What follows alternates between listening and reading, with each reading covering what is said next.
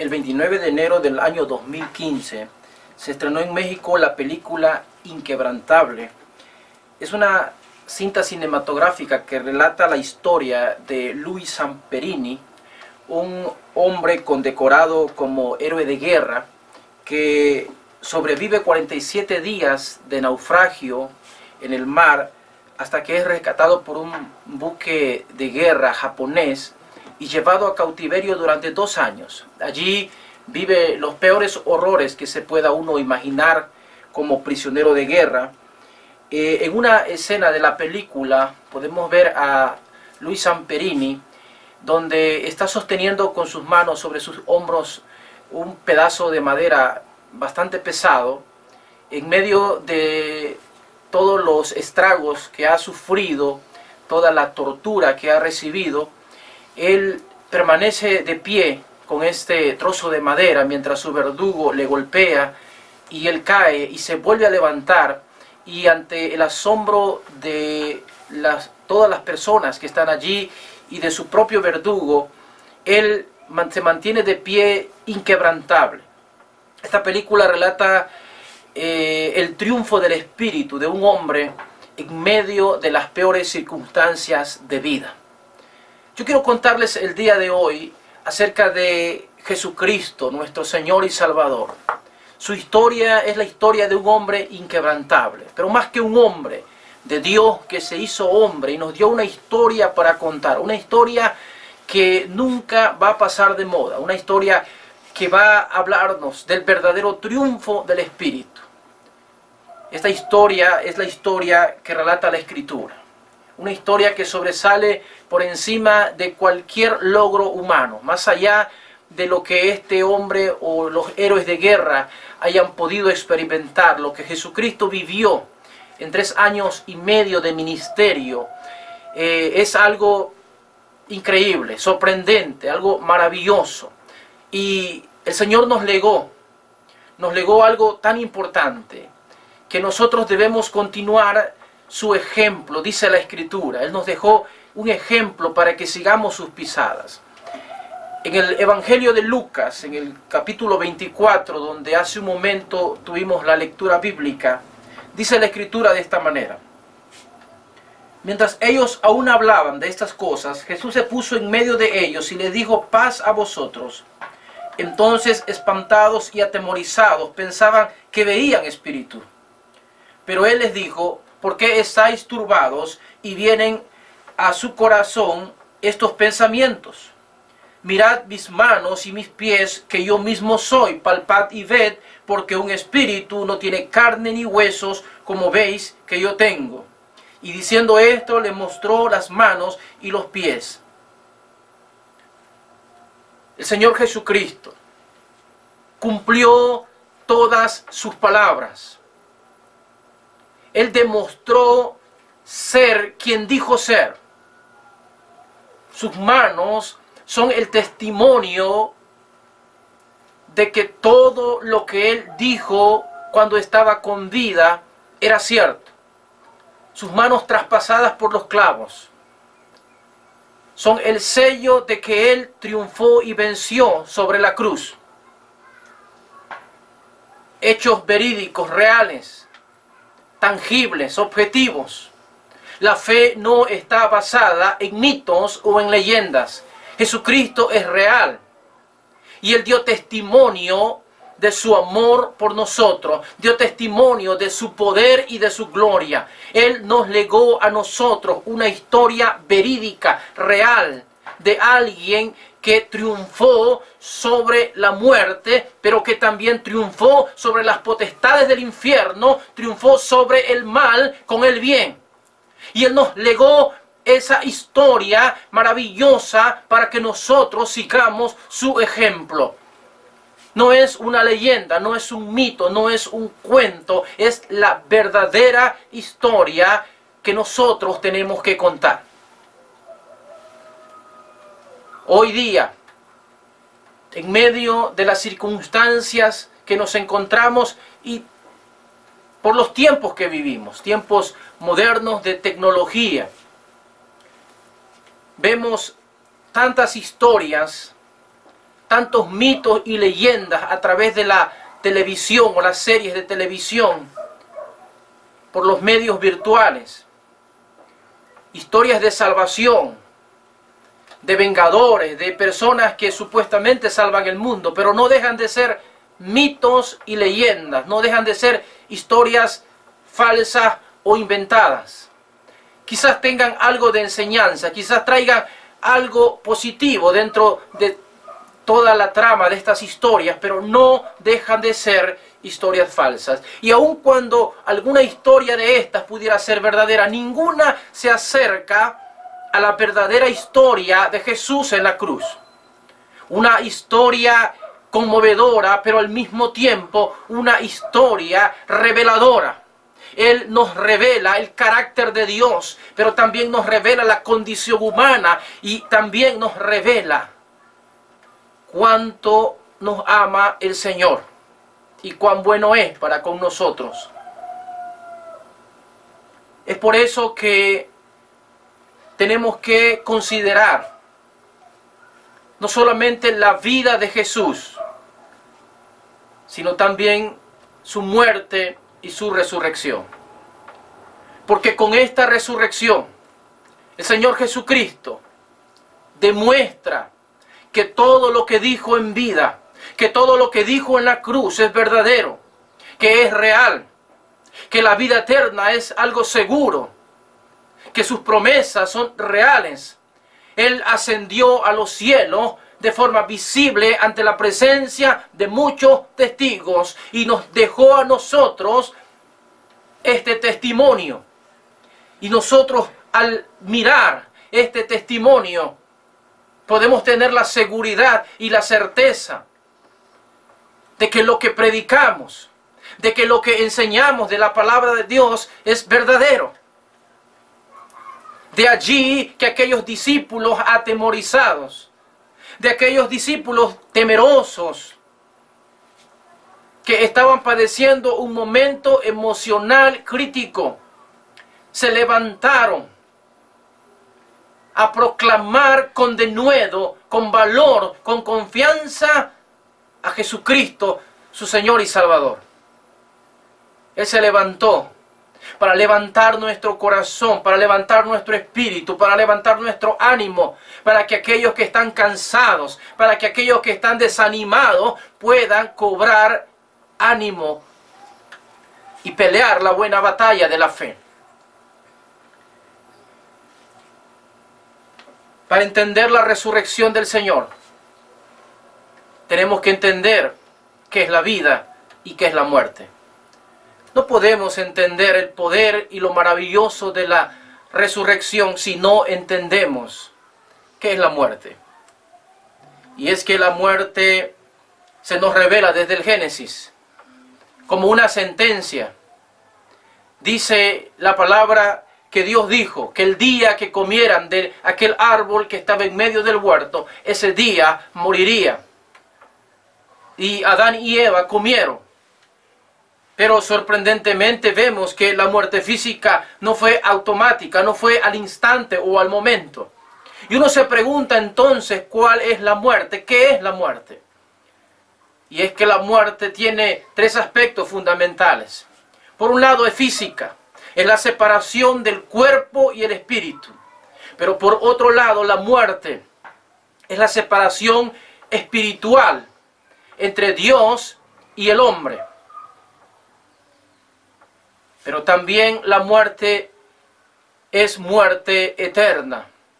Es la separación definitiva, conocida como el infierno, donde el hombre queda al abandono total, absoluto y eterno de Dios. Es entonces cuando entendemos que cuando el Señor Jesucristo resucita de entre los muertos, cuando Él vence la muerte, Él viene a librarnos, en primer lugar, de esa eternidad sin Dios, de esa condenación separados del Creador. Pero también viene a restaurar el cuerpo muerto, el cuerpo físico, Porque es necesario, dice el apóstol Pablo, que este cuerpo corrupto sea vestido de incorrupción. Este cuerpo que enferma, este cuerpo que se hiere, que se daña, que se duele. Es necesario que se vista de un cuerpo incorruptible, un cuerpo transformado, que no muere, que no enferma, libre de corrupción. Es necesario que este cuerpo mortal sea vestido de un cuerpo inmortal. Así que es una transformación del cuerpo evitando la corrupción. Pero también es necesario que entendamos que la resurrección elimina esa separación, esa falta de comunión de Dios con el hombre, como sucedió en el huerto del Edén el día que Adán y Eva comieron, fueron expulsados de la presencia de Dios. Cuando Cristo resucita de entre los muertos, se hace posible de nuevo la comunión de Dios con el hombre. El cielo de nuevo vuelve a la tierra. Cuando Dios está con nosotros, estamos de nuevo viviendo el cielo en la tierra. Eso es lo maravilloso y lo glorioso de la resurrección de Cristo. Por medio de su sacrificio, de su obra maravillosa, cuando Él se levanta de entre los muertos resucitan. Es decir, volvemos a la vida, a volver a tener comunión con Dios, relación con Dios, como en el paraíso, como en el huerto del Edén. Ahora nosotros también podemos experimentar la presencia viva y real del Señor. Dice la palabra en el texto que estamos leyendo. Y como todavía ellos de gozo no lo creían y estaban maravillados, les dijo: ¿tenéis aquí algo de comer? Uno se preguntará, ¿y cuál es la importancia de la comida? ¿Y qué tiene que ver la comida en un evento tan glorioso y tan maravilloso? Bueno, es que la comida es el símbolo de comunión, de la relación estrecha entre uno y otro. Y Dios, el creador del universo, desciende para comer con nosotros, para tener comunión con nosotros. Dice la palabra en el Apocalipsis: he aquí estoy a la puerta y llamo. Si alguno oye mi voz y abre la puerta, entraré a él, cenaré con él y él conmigo. Esto es lo que entendieron los discípulos, que comían con alegría y sencillez de corazón, alabando a Dios y teniendo favor con todo el pueblo. Ellos estaban siempre recordando a su maestro, que siempre los llamó, los invitó a una comunión con Él y a una comunión unos con otros. Esto es lo que significa la resurrección. Y la palabra del Señor, verso 44, dice: y les dijo: estas son las palabras que os hablé estando aún con ustedes, que era necesario que se cumpliese todo lo que está escrito de mí en la ley de Moisés, en los profetas y en los salmos. Entonces les abrió el entendimiento para que comprendiesen las escrituras. Les abrió el entendimiento. Me pregunto si hemos aprendido realmente acerca de esta historia, de la historia de Jesús, del Jesús de la Biblia. Porque Jesús no es un mito, porque su historia no es una leyenda, no es una fábula, no es un cuento, su historia es real. Y en su historia Él nos reveló todo lo que nosotros teníamos que saber. No nos hemos dado cuenta cómo se los enseñó a los escribas y fariseos que la vida cristiana consiste en comunión con Dios y en comunión unos otros, en amor a Dios y en amor al prójimo, en amor a los demás. Se los dijo a los escribas y fariseos una y otra vez de forma enfática: entended lo que significa misericordia quiero y no sacrificios. Dios se lo dijo al pueblo de Israel en el libro del profeta Isaías, cuando Él les dijo: ya estoy harto, estoy cansado de sus lunas nuevas, de sus días de reposo, de sus cultos, porque eran actividades mecánicas que no expresaban un verdadero amor a Dios y un verdadero amor al prójimo. La ley se resume en esa palabra amor, y el amor se vive en comunión. Es amor a Dios y es amor a los demás. No me digas que eres cristiano si no eres fiel al Señor en todo lo que Él nos demanda en su palabra. Si cuestionas la palabra de Dios y la tuerces a tu antojo, no eres un creyente verdadero. Él se levantó de entre los muertos para abrirnos el entendimiento, para que comprendiéramos en qué consiste la vida cristiana, que no es religión, que no son prácticas vacías, sino una vida de amor a Dios y amor a los demás. El apóstol Pablo lo dijo claro en 1 Corintios capítulo 13, si no tengo amor, nada soy. Si no tengo amor, todo lo que hago, de nada me sirve. Así que Dios nos enseña en su palabra, y Él, mientras vivió en el mundo, se lo dijo a sus discípulos: un mandamiento nuevo os doy, que se amen así como yo les he amado. Y la vida de Jesús, la historia de Cristo, es una historia de amor. Es una historia de compasión. Mirando las multitudes, tuvo compasión de ellas, porque eran como ovejas que no tenían pastor. Él veía al necesitado, al enfermo, al caído, con compasión. Él veía al pecador con compasión. Cuando le trajeron a aquella mujer adúltera, todos la veían como una pecadora, como alguien digna de muerte según la ley. Jesús la vio con compasión. Y él le dijo a ella: ni yo te condeno, vete y no peques más. Porque Jesús no vino al mundo para condenar al mundo, sino para que el mundo sea salvo por Él. Si no entendemos eso, no hemos entendido el Evangelio. Jesucristo no ha resucitado en nuestros corazones y en nuestra vida, porque Él resucitó para hacernos entender el Evangelio, para hacernos entender las Escrituras, para hacernos comprender que la verdadera vida cristiana se vive de forma real, verídica, siguiendo su ejemplo, amando como Él ama, perdonando como Él perdona y predicando como Él predicó, con valor, con denuedo, con confianza, con autoridad. Y Él nos enseñó a vivir una vida real y verdadera. Su historia es una historia de triunfo. Es una historia de una vida inquebrantable hasta la muerte y más allá de la muerte. Jesús nos enseñó a caminar a paso firme, con convicción, confiando única y exclusivamente en el Padre Celestial, en su amor y en su gracia. Él nos enseñó a temer al que puede matar el cuerpo y el espíritu y en el infierno, y no a los hombres que pueden matar el cuerpo. Hoy que hay tantas leyes contrarias a la palabra de Dios y al Evangelio, tenemos que demostrar de qué estamos hechos. Si Cristo resucitó, nuestra vida está segura y tenemos morada en los cielos. Podemos predicar con confianza. Podemos predicar con autoridad, porque tenemos una historia que contar, la historia de Jesús. Él vino para estar con nosotros y tenemos que aprender su ejemplo. Mis hermanos,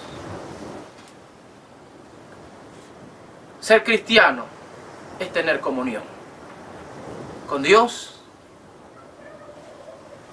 y con los demás, con nuestra familia, con nuestros hermanos, con nuestros amigos, con nuestros vecinos, con las personas, inclusive con los pecadores, tanto que le criticaron al Señor, que siempre estaba comiendo y metido con pecadores. Si has entendido el Evangelio y si Cristo resucitó y tú has experimentado esa presencia gloriosa de Cristo, podrás darte cuenta que la vida cristiana implica de forma necesaria ese amor por los perdidos. Tenemos que continuar su obra. Tenemos que seguirle predicando. No predicando religión, no invitando a prácticas religiosas, sino llamando al hombre a una comunión con su Creador. Yo te invito para que lo consideres. yo te invito para que reflexiones. Cristo está vivo.